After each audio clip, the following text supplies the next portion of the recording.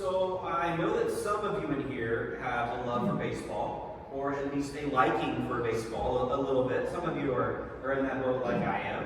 So my Braves are finally maybe turning the corner and doing better. I mean, we'll see ultimately how the season goes, but I'm kind of back into baseball a little bit because my team is, finally playing well for the first time all season. But I thought about baseball in particular this week with this chapter, with this sermon. But in particular, I thought about pitchers. So think for a moment with me about a professional baseball pitcher. So the preparation that a baseball pitcher goes into, let's just talk about this a little bit, okay? This is something that they go through every day, every week, all the time. So before they play a particular team, or before they're facing a particular lineup on that day, the day before, they spend a lot of time preparing with a scouting report. They get these things called scouting reports. Well, what's in a scouting report? A scouting report breaks down, details all the hitters on the other team, right? Their tendencies. Do they chase high and away fastballs, right? Are they suckers for the curveball? Do they hit home runs a lot? Are they getting on base with walks? I mean, what kind of hitter is this person? And so the pitcher, along with the catcher, is going detail by detail through every single one of these batters and saying, all right, so here's how I want to pitch to this guy. Here's how I need to pitch to this guy if I want to try to get it out. Or, man, this guy's on a hot streak. I don't know that I'm going to strike him out, but maybe I can get him to hit a ground ball or a pop out to my left fielder, whatever it is, right? Detailed scouting reports that these pitchers are going through for each and every batter on the other team. But then think about it this way. It's not just the starting lineup that they're worried about. They're also preparing for all the players that are riding the bench right now. Any person that they might have to face in the game, they're doing this detailed scouting report on. They prepare for everyone on the opposing team. So what if an injury happens during the game and somebody's got to come off the bench? Well, they have to be ready to face that batter, right? They can't just, get up there and throw whatever they want to throw because they want to throw it. You have to know these hitters in and out. The pitcher has to be prepared for anyone who's going to get up to the plate. So they study all these hitting habits. That sounds like a pretty daunting task to me. That sounds like a lot of work just to play a game, just to throw a baseball.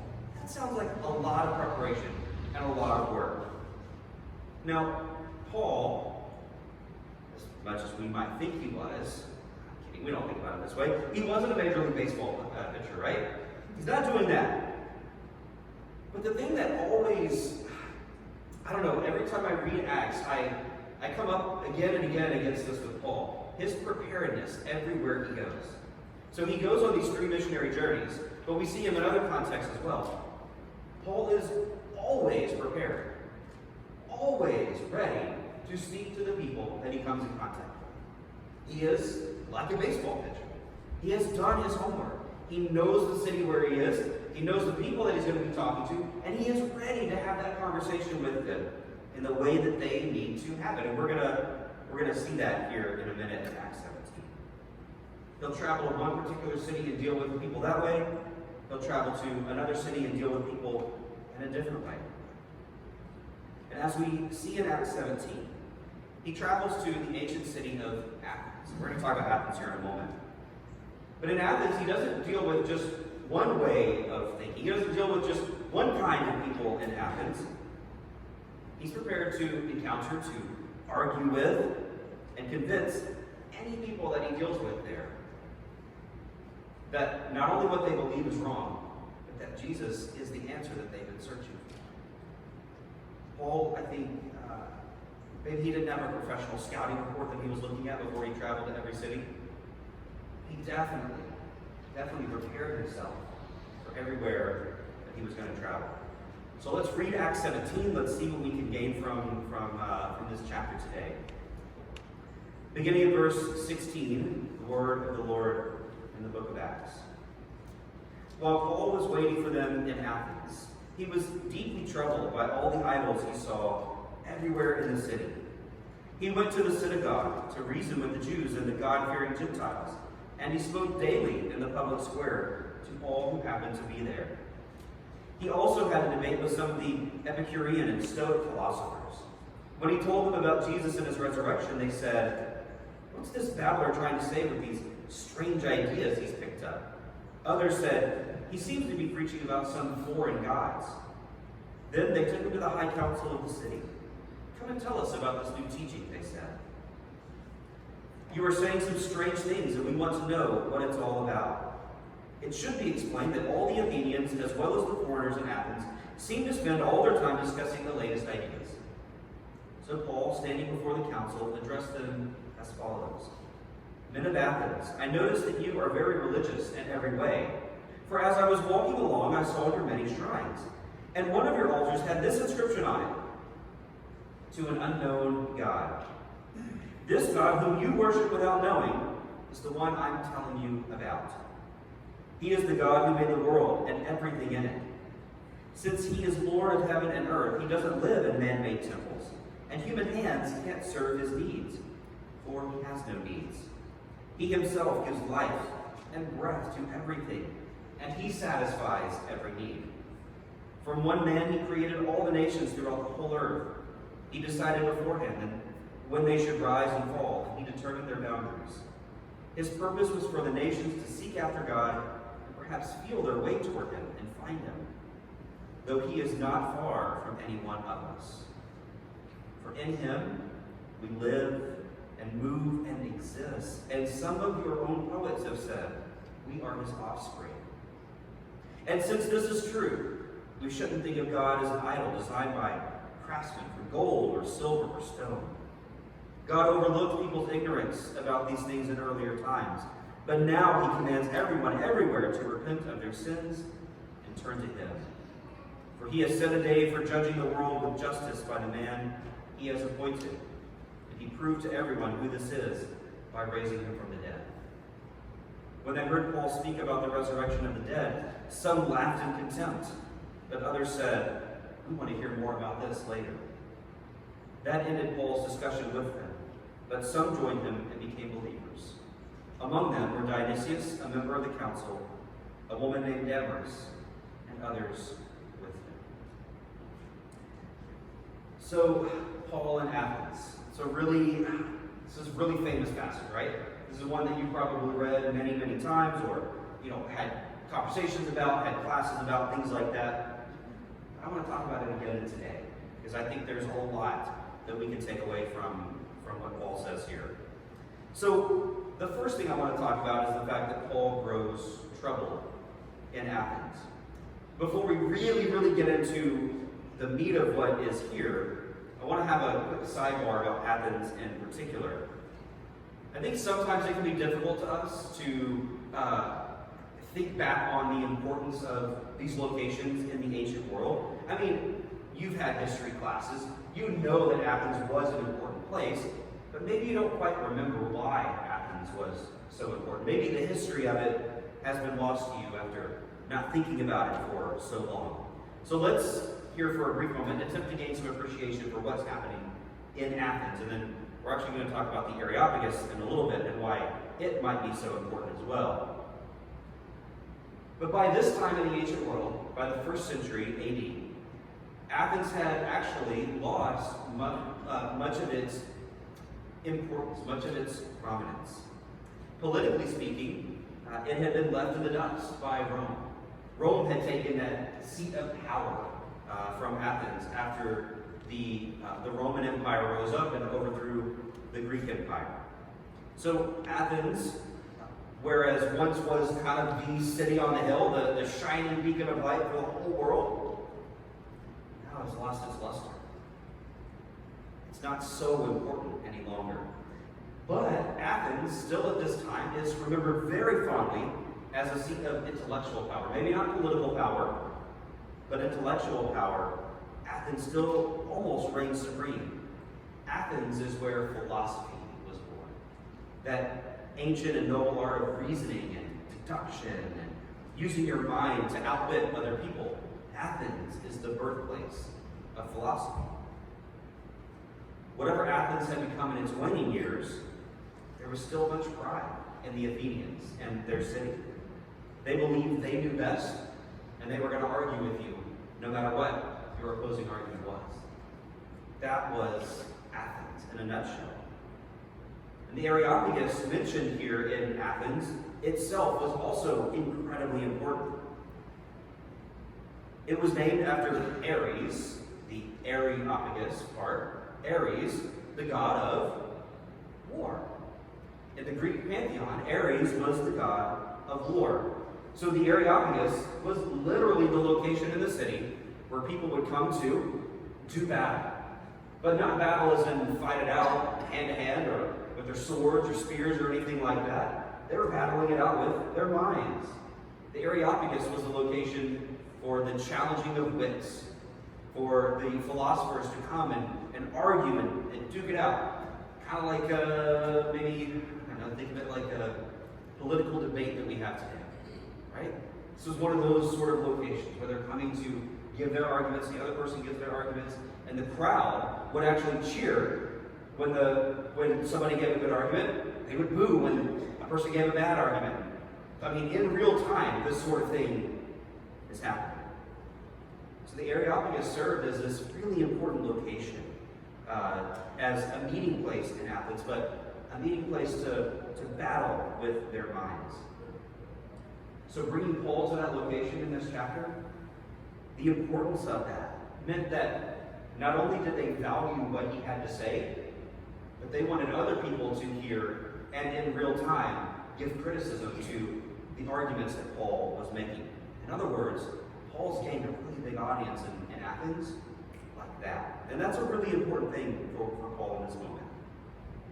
All right, so that's Athens in a nutshell. So let's move on to talk about what's going on actually in the chapter here. What troubles Paul in this chapter? Well, it starts right off. I mean, Luke tells us right there in verse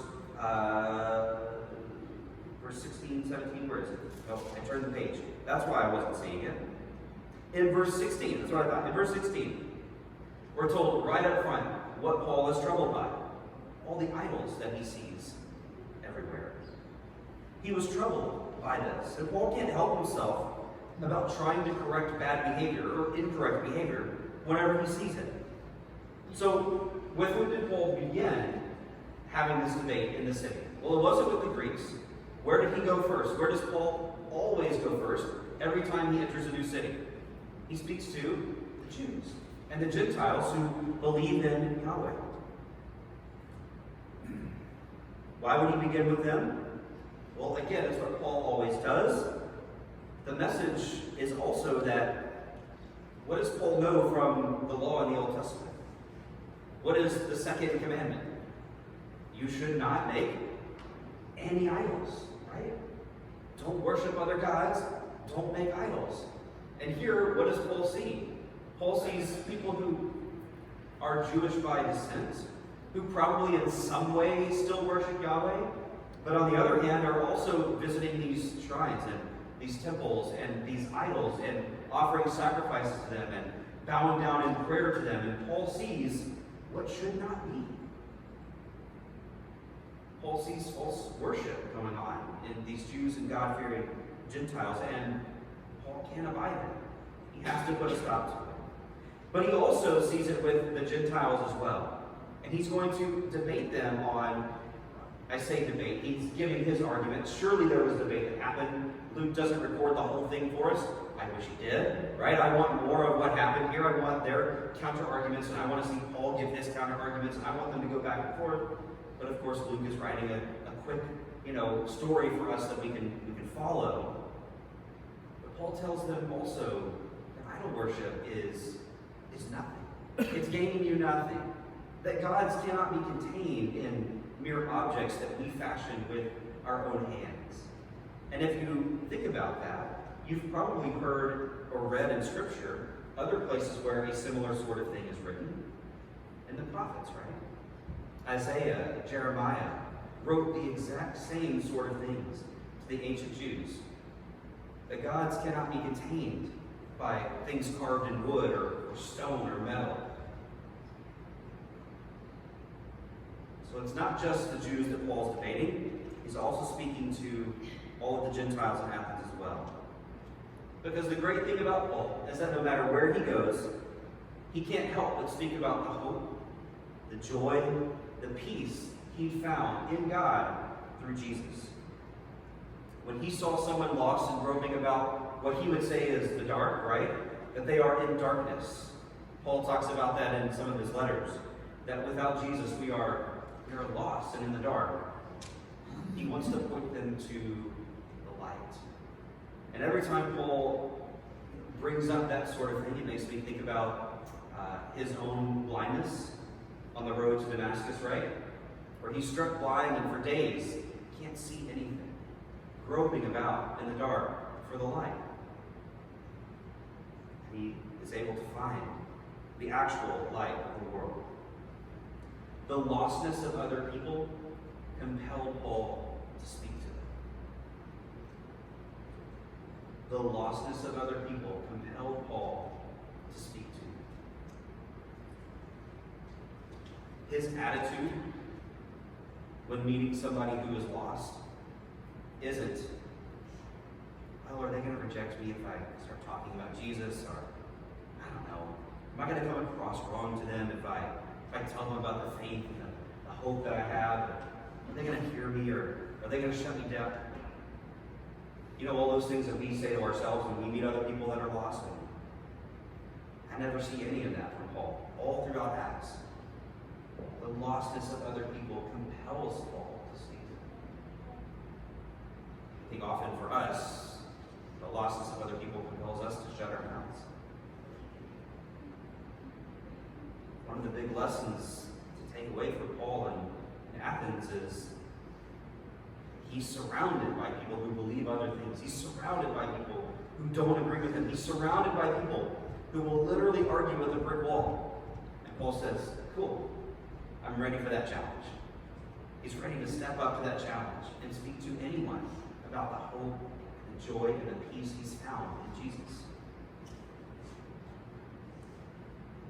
Would our lives be different? Would our world be different? Would our society be different if we had the same mentality that Paul does? That no matter what challenge we face, no matter the person we face, if they're lost, without Jesus, groping about in the dark, we have the light to show them. Are we afraid to do that? Let's talk in particular about Paul among the philosophers in Athens. So let's transition to this famous moment that we all know about from this chapter. So again, it wasn't just the Jews that Paul debated and spoke to. He was talking to the Athenians. But not just any Athenians, he was talking to philosophers. People who spend their whole lives just debating people. I mean, like, this is what they do. They get up, they go to this place, and they just talk and hash out these sort of things. Now, Luke, I think, has a bit of a flair for the dramatic in this chapter. When he said, where is it? In verse 21, Luke gives us this parenthetical sidebar here real quick that, you know, it should be explained that all the Athenians do is sit around and talk about the latest things. Like, Luke's got a very uppity sort of attitude, I think, from the Athenians. I don't know why, but he clearly doesn't like the Athenians, and kind of shows here in what he says. I'm not saying that Luke's lying about that, but come on. That's not literally all they do. Literally every person in Athens, all they do, like, no. But Luke kind of has that mentality toward them, right? It's sort of like somebody from the South saying, man, all New Yorkers are just rude and jerks, you know. They won't talk to anybody. Or like people in the North saying about the Southerners, well, they're all just hicks living out in the woods down by the creek, aren't they? You know. That kind of, I mean, we all do that. We stereotype. Luke is stereotyping the Athenians here. All right. It's pretty humorous, though, right? I had a chuckle every time I read it this week. So we come to Paul's speech, though, here at the Areopagus. Now, I have no doubt that Paul's speech was way longer than what we actually get here. Luke is giving us a very condensed sort of version of this. And I'm convinced by that for a couple of reasons, but mainly because Paul, this is the same guy when talking to people that actually believe the same thing he does, causes somebody to fall out of a window and die because he talks for too long. And you're telling me he didn't take longer in Athens to talk to people who didn't believe the same way that he did? Come on. Come on, Luke. I think we all know Paul actually spoke a lot longer than we actually get here. And that's okay. The condensed version is all right. Like I said before, I want more, but I always want more. That's just me, by nature. But what does Paul actually say to them? What's the meat? What's the heart of what he's getting to here? Well, he talks about this altar to what? To this unknown God. Right? So Paul's walking around and, you can imagine hundreds of these shrines that are built up, hundreds of these altars that have been built up over time. To this God and that God and this name God and that. Paul's just walking around, taking it all in, looking at all these gifts that are being laid at all these shrines, right? People bowing down, sitting before them, praying, meditating, all those sort of things. And he comes to this one altar that says, to an unknown God. In other words, this was the Athenian way of sort of the catch-all. Hey, we've named just about everything we can as a God, but maybe there's a God out there with a name we don't know, so we're going to set up an altar to that God just in case praying to them gets us in instead of, all these others, right? It's their like their safety net, right? They're walking the tightrope across, and this is their safety net. This is the just in case. Hey, when you walk by and you go something on this one, just pray to this one real quick in case that God is actually the true God.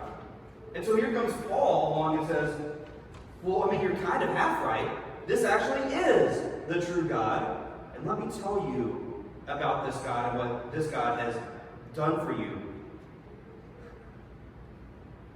There are a couple of particular things that he says that to us make sense because they're what we already believe about this God that Paul worships and that we worship. But that for them would have really stuck out to them more. The philosophers mentioned back in verse 18, the Stoics and Epicureans. When you know a little bit about these two factions of philosophers, what Paul says actually, I think, rings more true and makes even more sense. So the Epicureans, they held the belief, not an uncommon belief actually today, for some people, about our God. They held the belief that the gods live so far off that they actually can't hear us any longer. So they came, they got the world going, they created everything, and we're going to leave them and we're going to go off and do our own thing. And so the gods are actually so far off and out of tune with humanity that not only do they not want anything to do with us, they can't have anything to do with us because they can't hear us. We don't matter to them. Does that sound familiar? Does that sound like some belief that we hear from people today? It does to me. So you can see them standing there in the Areopagus, agreeing with Paul about all this idol worship. Yeah, why are you people bothering with worshiping all these idols? That's foolish. That's silly. The gods aren't listening to you anyway. Right? You can imagine the Epicureans at this point, they're agreeing with Paul. Until they come to the point of hearing Paul say, but this unknown God is the real God. And this unknown God not only is the real God, but wants to be in relationship with you. Oh, wait a minute, Paul. Hold on. Now you've gone too far. Not only are you claiming that this unknown God hears us, actually listens to us, but this God wants a relationship with us? Absolutely, Paul says. That's the God I worship. All right, so that's the Epicureans. The Stoics, on the other hand, they had this belief that reason and logic were God. So there's no need for emotion. There's no need for extreme overreaction to things. Something bad happens to you, take it in stride. It's okay. It's all right. You'll be okay. Something great happens to you, take it in stride. It's okay. You'll be all right. It's sort of this mellow, even keel. No matter what happens to you, just take it as it comes. Destiny rules all. Destiny is God. Reason, logic, destiny, this sort of thing can sometimes be cruel. Okay, can also be kind. You can't do anything about it anyway, so just take it as it comes and live life. Does that sound like any people that you know today? The apple doesn't fall far from the tree, does it? We have these same sort of philosophies come around all the time. What does Paul tell them? What in his speech rings to them? Paul talks about judgment here in his speech, right? What do you have need to be judged by if destiny is ruling your life?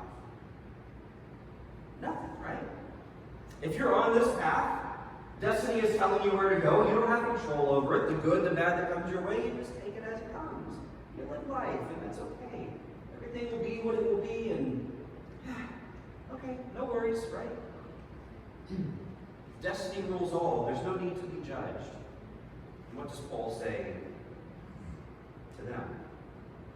A judgment is coming. A judgment based on the things you do. That you are in control. We are in control of our actions. But Paul also offers hope. Paul also offers joy and peace because of Jesus. Because destiny isn't actually written yet. The things you do, the things we do, matter. So he offers them, you can still choose Jesus. You can still choose life. And so you see how Paul was able to directly speak to these different people that were gathered at the time. In the way that they needed to hear this message, Paul is able to speak with him. This is where that scouting report comes into play. Paul knows the kind of people he's going to encounter, the kind of philosophy and thinking that he's going to encounter. He needs to be ready to speak to them about it. And so he does. He used their own poets, right? He even quotes one of their poets and says, they didn't realize what they were saying, but they're actually in agreement with me, that we are this unknown God's offspring. The final thing I want to mention here, again highlighting the point that Paul knew how this speech was going to influence the people there at this time, is that he mentions the resurrection. I'm glad that Lyle brought it up earlier. Because this point of the resurrection, I mean, at this time, this could have been something that Paul left for later on. And here's why. The resurrection becomes not just an important point, but it becomes the important point of his speech. But if you don't know the history of the Areopagus, you don't really realize and understand that. There's this detail that I left out earlier so that it would have more impact here. The Areopagus was founded supposedly by the god Apollos. You might or might not remember the god Apollos in the Greek pantheon. The god Apollos is the sun god, the god that travels across the sky. So the god Apollos gives life, right? The god Apollos makes things grow and have meaning and us able to see and all those sort of things. The god Apollos was one of the most important gods in the Greek pantheon of gods. And when Apollos established the Areopagus, this location for people to come and debate and argue in a battle of wits, the god Apollos said at that time, again, we all know the god Apollos is real. He didn't really say this, but this is attributed to him as being said, that there is no resurrection. At the founding of this location, by a beloved god of the Greeks, the declaration was made, there is no resurrection. Do you think Paul knew what he was doing by saying, there is a resurrection, and it happens because of this one man who came by this one God? The unknown God that you claim to worship is actually the one who brings about resurrection for all people. Do you think Paul knew what he was doing? I certainly do.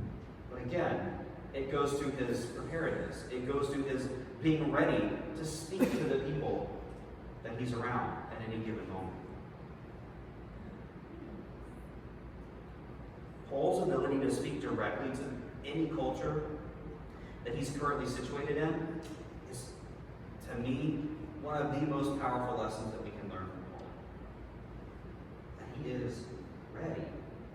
That Peter would say in one of his letters that we always need to be prepared to give a reason for the hope that we have. This is Paul's way of doing it.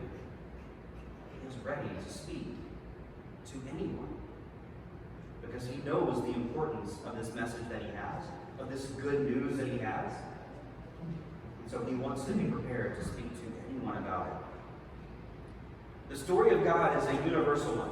I believe that. I know you believe that as well. The story of God is universal in that it's for everyone. But not everyone's going to hear it the same way. And so the way that we tell it, the things that we say, the way that we say it is going to be different depending on the people we're talking to.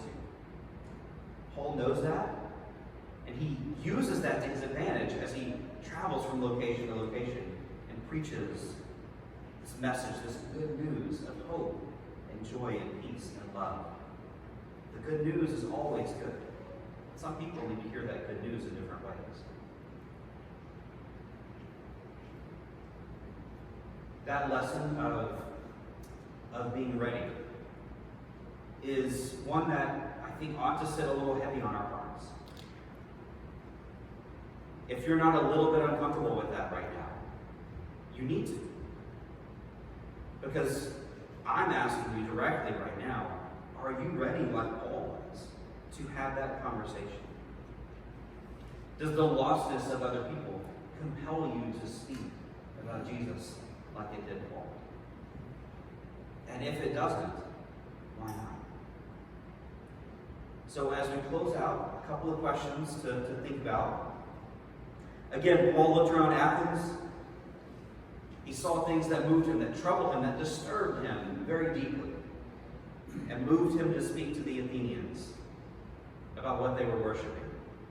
So, does the lostness of other people today move us to action like it did Paul? I'm not asking you to be Paul. I'm not saying you should be Paul. I'm not Paul. He was kind of one of a kind. He was pretty unique in his ability to do what he did. But can we be more ready than we are now? Should we be more ready than we are now? And when we see somebody without the hope and the joy that we have in Jesus, are we compelled to speak to them about the hope and joy that we have in Jesus? The second thing that I want to for you to take away, Paul used this common phrase from him that we are his offspring. He used that